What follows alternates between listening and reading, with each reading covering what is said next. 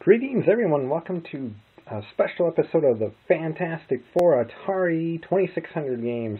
Nothing to do with the Marvel superheroes Fantastic Four. This is episode 2 of our show where we basically show off 4 games here. And today we're going to have showing Popeye. Kind of a tone label there. It kind of looks like a ColecoVision game, but it's not. You can take a look at the back and you don't see those card holders. We have one of my favorite shoot-'em-ups, Phoenix, for the Atari here. Definitely a great game. I think rivals Galaga quite a bit. A survival horror game, haunted house, definitely very frightening. Not really, though. And kind of a little bit more of a harder to find game, Junior Pac-Man. This one's not very common at all, so it's going to be a treat to play it and show off some footage because it's not something you see quite often. These games all require the joystick. We haven't used any paddle games yet, but we will in the near future. And we changed things up a little bit how we showed them off. Kind of made some improvements over our first episode. So we're always improving stuff here on Game Time. So what we're going to do, we're going to spend the next 10 or so minutes playing through just a couple minutes of each of these games in order. And that's how we're going to do it next on Game Time. Thanks for watching, everybody.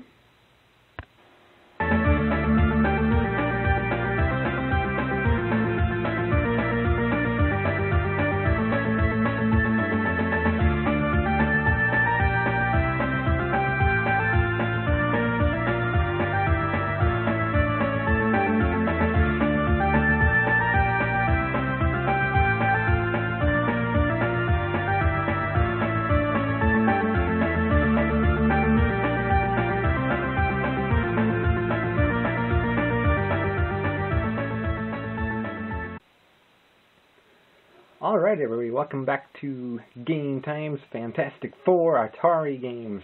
This first one here is Popeye for the Atari 2600. And kind of going back through some feedback and previous footage, I decided this time we're not going to show all the Snowy or Kyle putting it in. And I am using a quieter joystick so you won't hear me tapping the button throughout the entire video. So just some few improvements over the previous one. We're always looking to improve our videos. So here we go. Here's Popeye.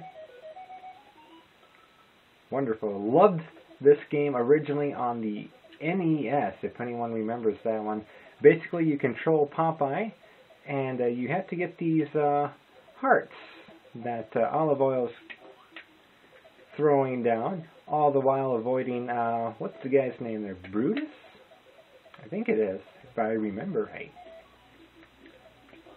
And a couple of those things, if you can time it just right, you can actually hit the button and that will help dodge those.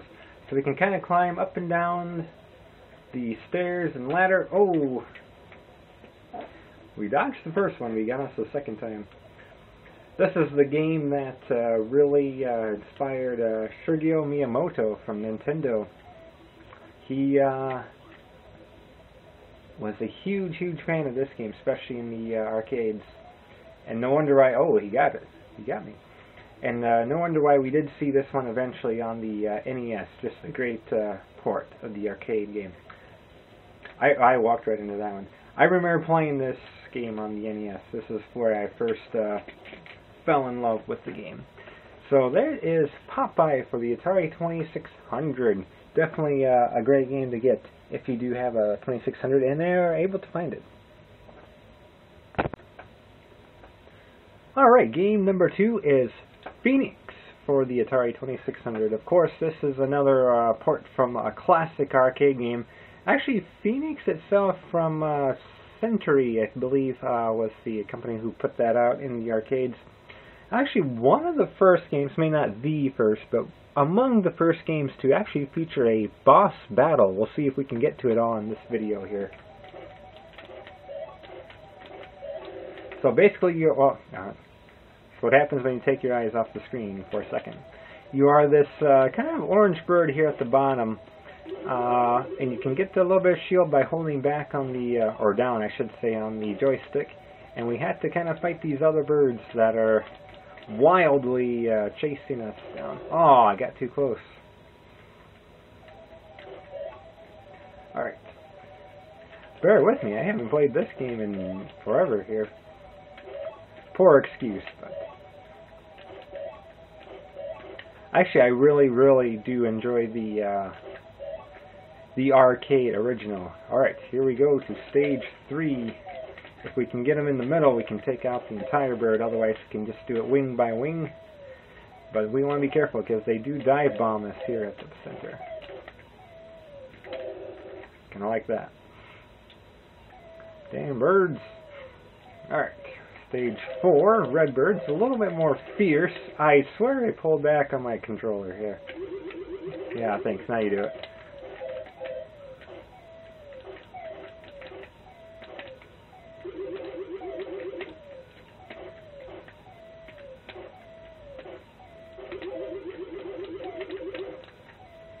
Alright, just that one left.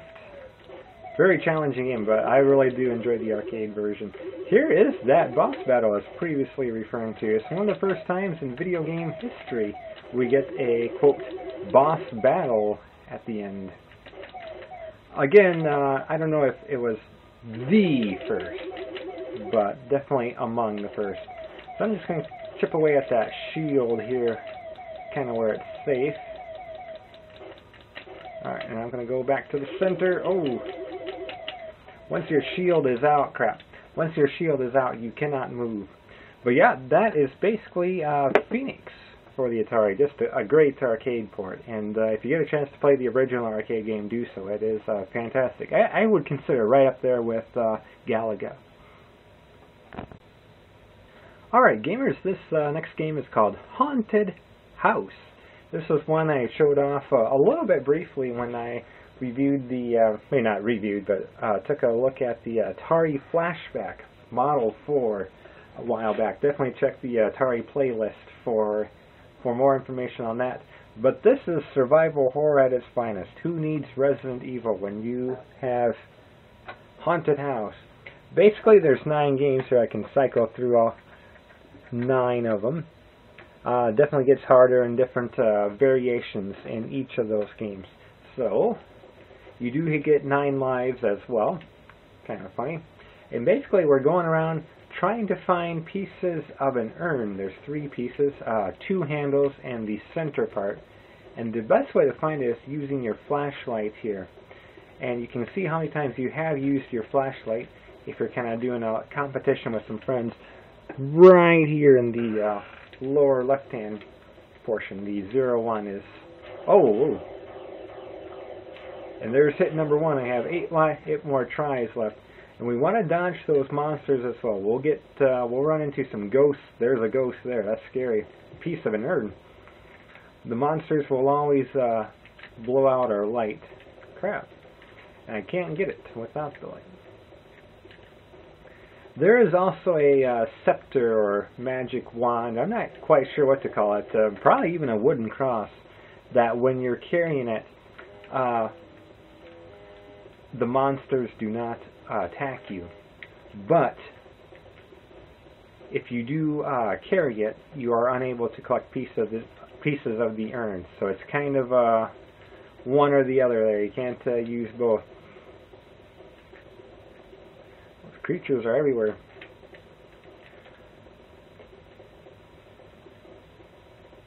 Again, the sound on this thing, give me a second here to turn it up, is just fantastic. It's very moody. I love when you go from floor to floor.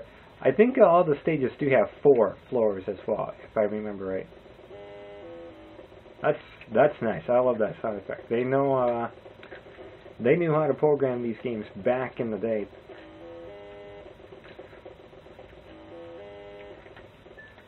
Alright, we got 2 handles of the urn. Even though the game itself is not very scary by any means, but definitely does give it some atmosphere. There's that cross I was telling you about just a little bit earlier. So when we can pick it up, we have that, but we no longer have our 2 pieces there right below our eyes. But while we do have that, we can run into all of the creatures without being killed off or hit or stunned. There's the middle piece. So once we have collected all 3 pieces, we kind of have to beat it down to the first floor where we came in at. Oh, monsters are very, very fierce now.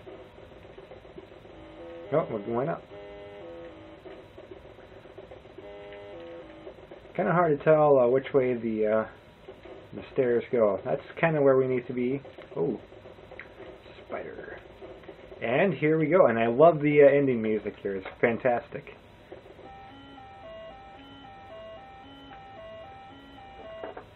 So that is Haunted House. That's fantastic. That was the first stage too. They do get a lot more difficult later on. Haunted House for the Atari 2600. Alright, and our last game for the Fantastic Four Atari 2600 games, Volume 2, I guess, is a game that's not necessarily rare by any means, but is a little bit more uncommon to find. Like, a lot of people aren't going to... This isn't going to be a common game in a lot of people's collection. This is Junior Pac-Man. And it's kind of interesting because this is the only home console version of Junior Pac-Man we can get, unless you're playing it, of course, some sort of MAME arcade or emulator on your PC, laptop, whatever. But there was never a really arcade perfect port for any of these systems back in the day. Of course, it was released in 1984, so bad timing there during the great video game crash of 83, 84, 85-ish, right in that area. So bad timing, but let's play a little bit of it, and I can tell you right from the start, I'm not going to do very good. I love the Pac-Man series. I'm such a huge Pac-Man fan. I consider myself fairly good with Pac-Man and Miss Pac-Man. I can get a decent score. Oh, wow. It's just, believe me or not, I can. But just on this game, I don't know what it is. It is difficult to play on Junior Pac-Man. The ghosts are very quick. The map is huge. And the joystick's a little bit sticky. I gotta usually use a different joystick when playing this if I actually want to play halfway decent. But that's alright because these are quick videos anyway. Oh, that's a good move there. Give me a little credit and take away the credit. So that is Junior Pac-Man. I'm not sure if I'm playing on expert mode or not. That seemed a little bit harder than it usually does. Give me another go here. So Junior Pac-Man, you think pretty kid-friendly. It's Junior. It's going to be nice and small and easy. No.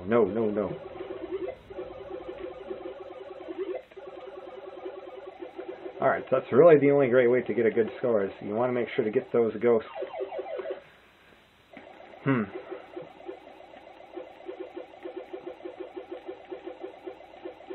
The best part with this game, too, you can kind of do a level select at the beginning, so if you kind of get tired or just have a hard time making it through even the first stage, you are able to cycle through the stages.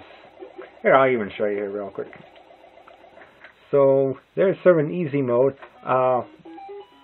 Basically, a great way to learn this game in some stages, because there's only one ghost. Unfortunately, that's not very challenging at all. That would be 2 ghosts, and that would be 3 ghosts. So there's some room for some practice and everything. Here's sort of the stage 2 if you were to pass the first one. And I swear I have, but to be honest, I don't think I've ever passed the second stage after beating the first. So it's a great way to learn the stages, and we can kind of turn how many ghosts we want on or off. So, great game. And that's Junior Pac-Man.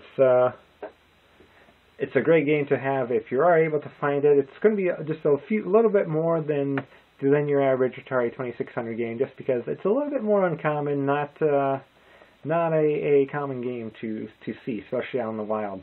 I was able to find it at a local pawn shop, which I rarely go to pawn shops, but that was such a great find. I got very fortunate on that day.